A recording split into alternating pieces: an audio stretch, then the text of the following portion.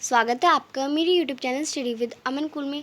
आज हम लाए हैं शिक्षा निदेशालय राष्ट्रीय राजधानी क्षेत्र दिल्ली की कार्यपत्रक नंबर 1 जो कि क्लास 7 के बच्चों के लिए विषय आपका गणित है। डेट है 5 जुलाई 2021। आप अपना नाम और अपनी कक्षा अध्यापक का नाम लिखेंगे। तो यहाँ पे आपको सभी प्रश्नों को पूरा करना है। पहला प्रश्न है सही या गलत बताइए। तो 0 सबसे छोटी प्राकृतिक संख्या है, तो नहीं, 0 सबसे छोटी पूर्ण संख्या है। प्राकृतिक संख्या सबसे छोटी 1 है यानी 1 है, तो ये स्टेटमेंट आपकी गलत हो जाएगी, तो यहाँ पे आप गलत लिख देंगे। फिर है -7 एक पूर्णांक नहीं है, तो -7 एक पूर्णांक है, तो ये स्टेटमेंट भी गलत है, तो दोनों में आप गलत लिख देंगे। सेकेंड क्वेश्चन है नीचे दी गई तालिका को पूरा करें और दिए गए प्रश्नों के उत्तर तालिका का उपयोग करके लिखें। तो तालिका का उपयोग करके आपको दिए गए क्वेश्चन को सॉल्व करना है। तो सबसे पहले तालिका को भरते हैं कि आपने देखा कि अभाज्य संख्या के केवल 2 गुणनखंड होते हैं। सबसे पहले टेबल को सॉल्व करते हैं। फर्स्ट आपको दे रखा है, पहला है सम संख्या पे टिक लगाना है आपको। सम संख्या, विषम संख्या, अभाज्य संख्या, भाज्य संख्या और गुणनखंड लिखना है आपको, और यहाँ पे गुणनखंडों की संख्या भी लिखनी है। तो एक विषम संख्या है, गुणनखंड है 1 और गुणनखंड की संख्या भी 1 ही है। 2 सम संख्या है, अभाज्य संख्या है, इसके गुणनखंड 1 और 2 हैं और 2 गुणनखंडों की संख्या 2 है। 3 एक विषम संख्या है, अभाज्य संख्या है। 3 एक विषम संख्या है, अभाज्य संख्या है, इसके जो गुणनखंड हो जाएंगे 1 और 3 हो जाएंगे और गुणनखंडों की संख्या 2 हो जाएगी। फिर 4 है, वो 4 हमारा सम संख्या है, अभाज्य संख्या नहीं, 4 हमारा भाज्य संख्या है और इसके गुणनखंड 1, 2 और 4 हो जाएंगे और गुणनखंडों की संख्या 3 हो जाएगी, तो यहाँ पे मैंने 3 लिख दिया। फिर 5 है हमारा, 5 हमारी विषम संख्या है, अभाज्य संख्या है और इसके गुणनखंड हो जाएंगे 1 और 5 और गुणनखंडों की संख्या 2 हो जाएगी। यहाँ हमने 5 तक सॉल्व कर लिया है। अब हम 6 को सॉल्व करते हैं। 6 हमारा सम संख्या है और भाज्य संख्या है, इसके जो गुणनखंड हो जाएंगे 1, 2, 3 और 6 हो जाएंगे और गुणनखंडों की संख्या 4 है। फिर 7 है, 7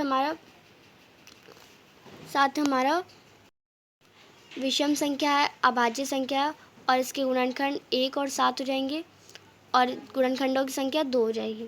फिर 8 है, 8 हमारा सम संख्या है, भाज्य संख्या है, भाज्य हो सकती है और इसके गुणनखंड हो जाएंगे 1, 2, 4 और 8 और गुणनखंडों की संख्या 4 है। फिर 9 हमारा दे रखा है, 9 हमारी विषम संख्या है, अब भाज्य संख्या है, 1, 3 और 9 इसके गुणनखंड है और 3 गुणनखंडों की संख्या है। फिर 10 है हमारा, 10 हमारा सम संख्या है और भाज्य संख्या है, इसके फैक्टर्स हो जाएंगे, इसके गुणनखंड हो जाएंगे 1, 2, 5 और ये 5 है और 10 और गुणनखंडों की संख्या 4 हो जाएगी। फिर 11 है, 11 हमारी विषम संख्या है और अभाज्य संख्या है, 1 और 11 इसके गुणनखंड हो जाएंगे और 2 इसके गुणनखंडों की संख्या हो जाएगी। फिर 12 है, 12 हमारी सम संख्या है और भाज्य संख्या है और इसके जो फैक्टर्स हो जाएंगे, गुणनखंड हो जाएंगे, वो 1, 2, 3, 4, 6 और 12 हो जाएंगी और गुणनखंडों की संख्या यहाँ पे इसकी 6 हो जाएंगी। 12 तक हो गया। 13 13 है, 13 हमारी 13 विषम संख्या है और अभाज्य संख्या है, 1 और 13 इसके गुणनखंड है और 2 गुणनखंड के अंक है। 14 हमारा सम संख्या है और भाज्य संख्या है, 1, 2, 7 और 14 इसके गुणनखंड है और गुणनखंड की संख्या 4 है। फिर 15 एंड लास्ट है हमारा, 15 हमारा विषम संख्या है, भाज्य संख्या है, 1 और 3, 5 और 15 ये इसके गुणनखंड है और 4 इसके गुणनखंड के अंक है। तो ये आपकी टेबल कंप्लीट होती है, आप इसे अच्छे से लिख लेंगे।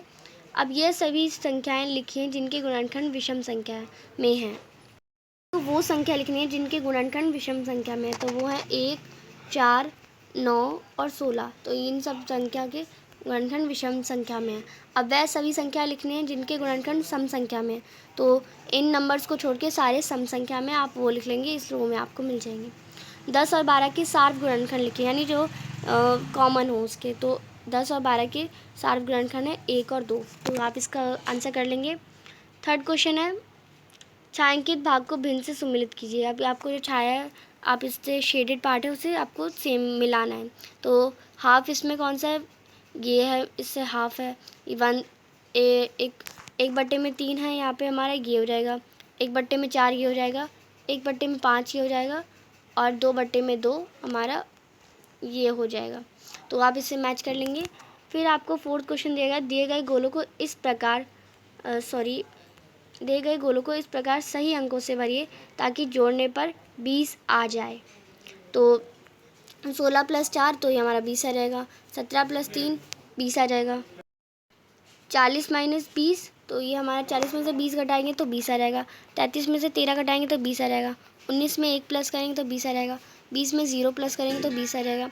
29 में 9 माइनस करेंगे तो 20 आ जाएगा। और 25 में 5 माइनस करेंगे तो 20 आ जाएगा। तो ये हमारा आज की इजी सी छोटी सी वर्कशीट थी।